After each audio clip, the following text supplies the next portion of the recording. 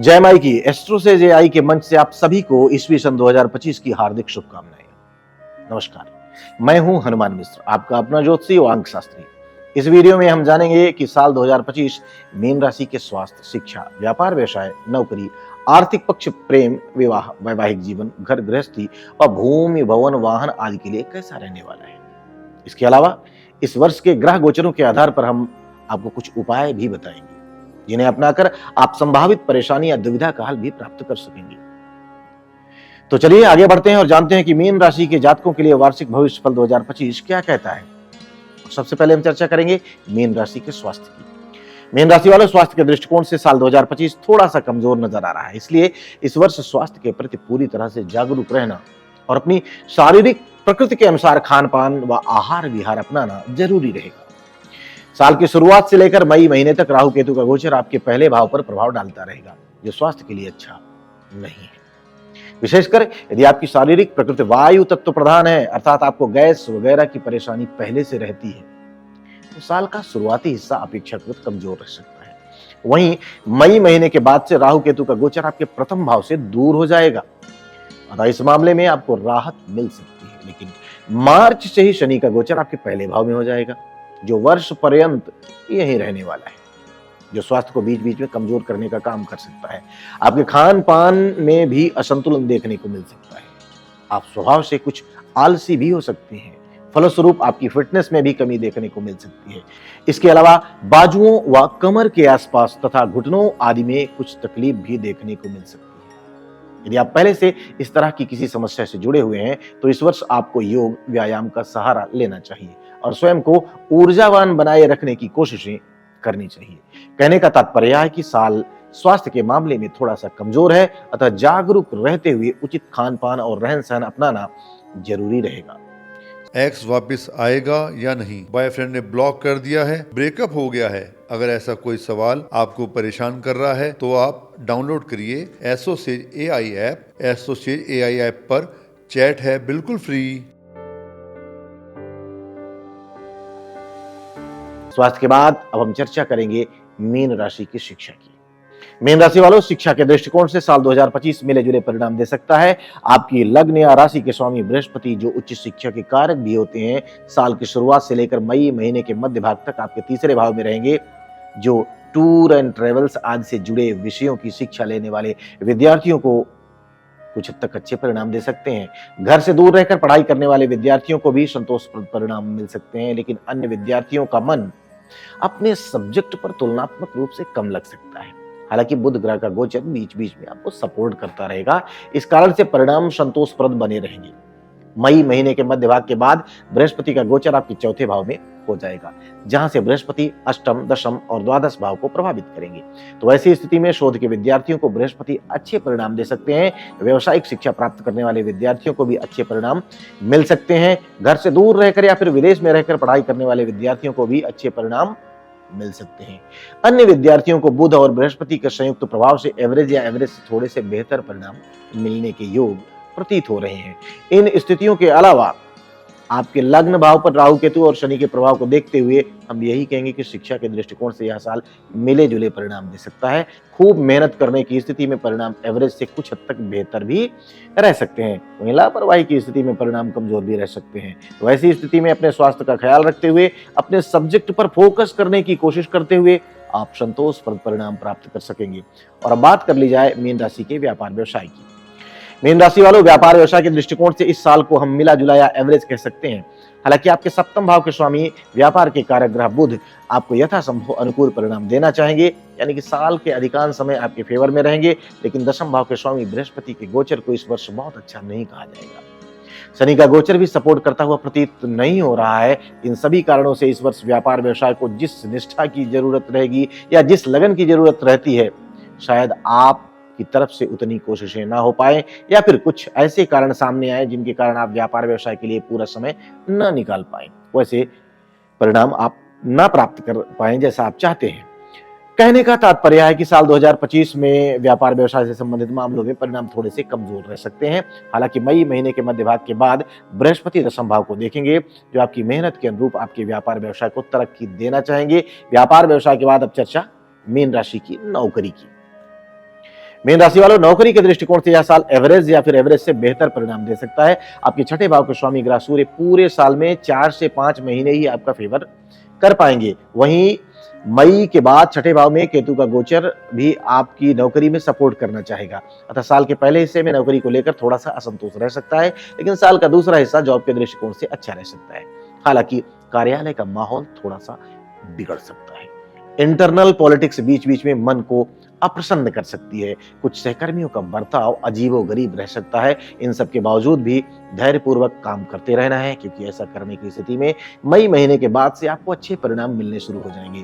कहने का तात्पर्य है कि साल का शुरुआती हिस्सा जॉब के दृष्टिकोण से थोड़ा सा कमजोर, लेकिन बाद का हिस्सा अच्छा रह सकता है। इस तरह से आप इस वर्ष नौकरी के मामले में एवरेज परिणाम प्राप्त कर सकेंगे। किससे होगी शादी, कब होगी शादी, कैसा होगा पार्टनर, क्या ये सभी सवाल मन में चलते रहते हैं? एक एक्सपर्ट एस्ट्रोलॉजर आपको शादी होने का सही समय बता सकता है। यह भी बता सकता है कि सही पार्टनर कब और कहाँ मिलेगा। तो अभी डाउनलोड करें एस्ट्रोसेज AI ऐप और एक्सपर्ट एस्ट्रोलॉजर से सलाह लें। और हाँ, एस्ट्रोसेज AI ऐप पर चैट है बिल्कुल फ्री। और अब बात कर ली जाए मीन राशि के आर्थिक पक्ष की, उनकी कमाई की, उनकी बचत आदि की। मीन राशि वालों, आर्थिक मामलों के लिए यह साल मिला जुला रह सकता है। धन भाव के स्वामी मंगल साल के कुछ महीनों में ही आपकी आर्थिक मामले में आपका सपोर्ट करते हुए प्रतीत हो रहे हैं। वहीं साल की शुरुआत से लेकर मार्च के महीने तक लाभ भाव के स्वामी द्वादश भाव में रहेंगे, जो आर्थिक मामलों के लिए अच्छी स्थिति नहीं है। हालांकि मार्च के बाद से लाभ भाव के स्वामी पहले भाव में जाएंगे, जो तुलनात्मक रूप से बेहतर स्थिति कही जाएगी। लाभ भाव के स्वामी का पहले भाव में जाना लाभ से एक अच्छा कनेक्शन जोड़ने का काम करेगा, अर्थात आमदनी के स्रोतों में इजाफा हो सकता है या इंक्रीमेंट इत्यादि देखने को मिल सकता है, जिसके चलते आप आर्थिक मामले में कुछ मजबूती का अनुभव कर सकेंगे। लेकिन शनि के गोचर को पहले भाव में सामान्य तौर पर अच्छा नहीं माना जाता, यानी कि बहुत अच्छे परिणाम शायद ना मिले, फिर भी तुलनात्मक रूप से बेहतर परिणाम मिल सकते हैं। धन के कारक ग्रह बृहस्पति साल की शुरुआत से लेकर मई महीने के मध्य भाग तक नवम दृष्टि से लाभ भाव को देखेंगे। हालांकि लाभ भाव में मकर राशि रहेगी और मकर राशि के साथ बृहस्पति के संबंध अच्छे नहीं माने गए हैं। फिर भी बृहस्पति की दृष्टि तो बृहस्पति की दृष्टि है, वह फायदा जरूर करवाएगी।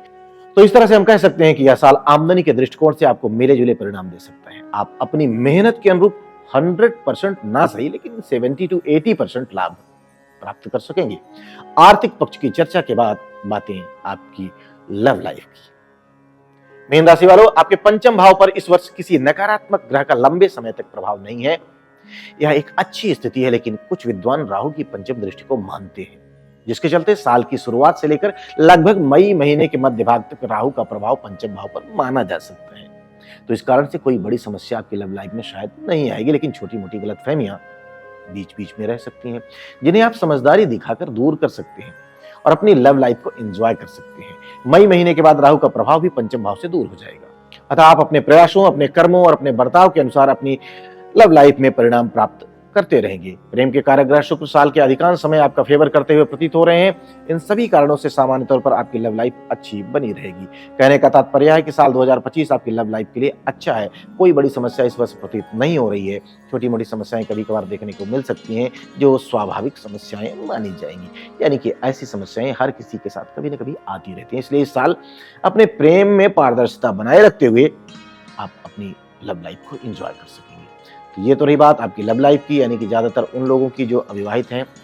तो स्वाभाविक है कि उन लोगों का फलादेश भी अब जरूरी है जो विवाह करने के प्रयास में है या फिर विवाहित हैं। तो आइए बात कर लेते हैं मीन राशि के विवाह और वैवाहिक संबंधों। मीन राशि वालों, यदि आपकी उम्र विवाह की हो चुकी है और आप विवाह की कोशिश भी कर रहे हैं, तो अनुकूल परिणाम पाने के लिए इस वर्ष थोड़ी सी एक्स्ट्रा कोशिश करने की जरूरत पड़ सकती है, क्योंकि साल की शुरुआत से लेकर लगभग मई महीने के मध्य भाग तक राहु केतु का प्रभाव सप्तम भाव पर बना रहेगा, जो विवाह से संबंधित मामलों में अड़चने देने का काम कर सकता है। हालांकि इसी अवधि में एक अच्छाई भी जुड़ी रहेगी, वह है बृहस्पति की पंचम दृष्टि। बृहस्पति पंचम दृष्टि से आपके सप्तम भाव को देखेंगे, जो विवाह करने के अवसर आपको दे सकते हैं। यानी कि एक तरफ राहु केतु विवाह के योग को कमजोर करने की कोशिश कर रहे हैं, तो वहीं बृहस्पति विवाह के योग को मजबूत करने की कोशिश करेगा। विवाह से संबंधित मामलों में बृहस्पति की ज्यादा चलेगी और विवाह के योग येन केन प्रकार बन जाएंगे। तो ऐसे में लगातार की गई कोशिशें विवाह करवा सकती हैं। अर्थात साल का पहला हिस्सा विवाह से संबंधित मामलों के लिए कठिनाई भरा किंतु अनुकूल परिणाम देने का काम कर सकता है।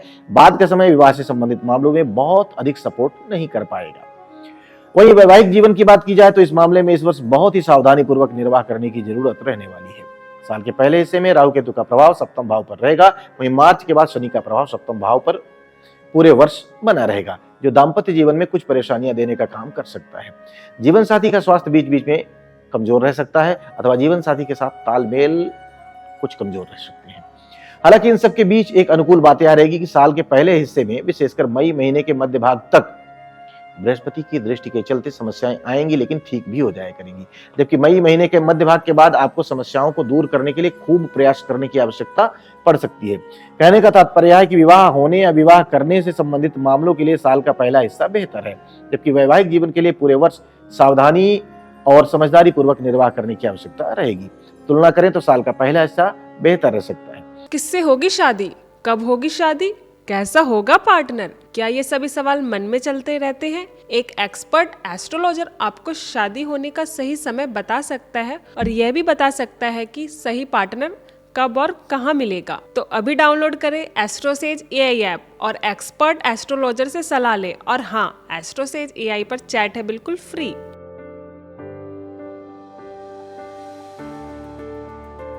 और आइए अब बात कर ली जाए मीन राशि के पारिवारिक व गृहस्थ जीवन की। मीन राशि वालों, साल की शुरुआत से लेकर मार्च महीने तक शनि की तीसरी दृष्टि आपके दूसरे भाव पर रहेगी, जो पारिवारिक संबंधों को कमजोर करने का काम कर सकती है।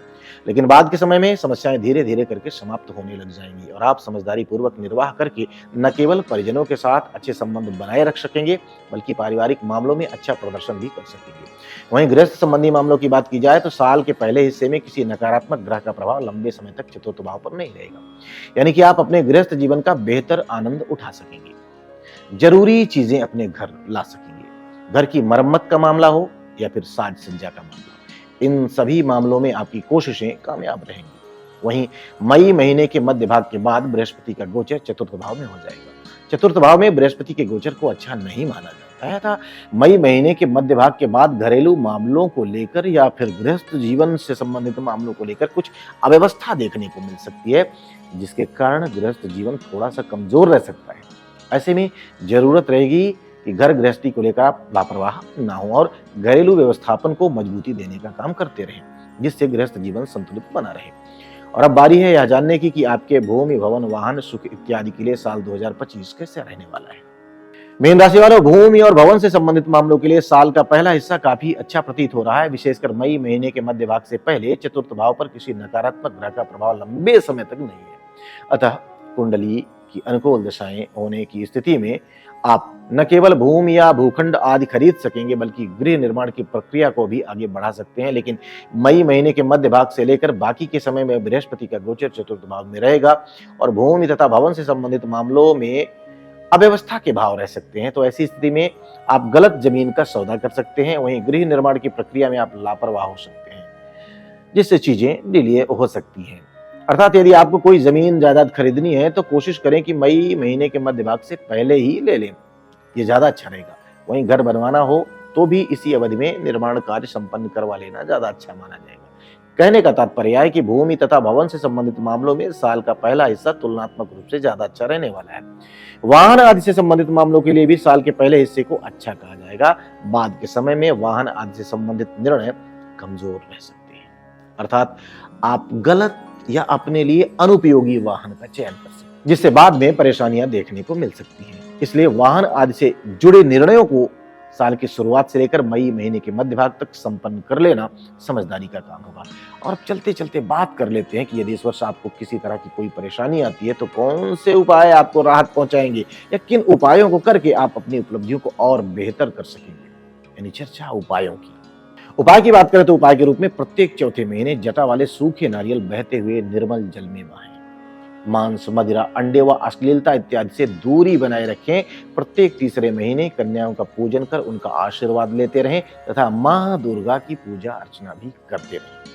तो हम उम्मीद करते हैं कि साल 2025 के इस वार्षिक राशिफल को जानने के बाद आप अपने लिए विशेष तैयारी करके, विशेष योजना बना करके, साथ ही साथ कमजोर तथा मजबूत समय अवधि को जान करके उसके अनुसार आचरण करते हुए कर्म से भाग्य को बदलने की कोशिश करके बेहतर परिणाम प्राप्त कर सकेंगे। एक बार पुनः आप सबको ईस्वी सन 2025 की बहुत बहुत शुभकामनाएं। भगवती आप सबका कल्याण करें। जय माई की। For regular updates, follow our Instagram page right now.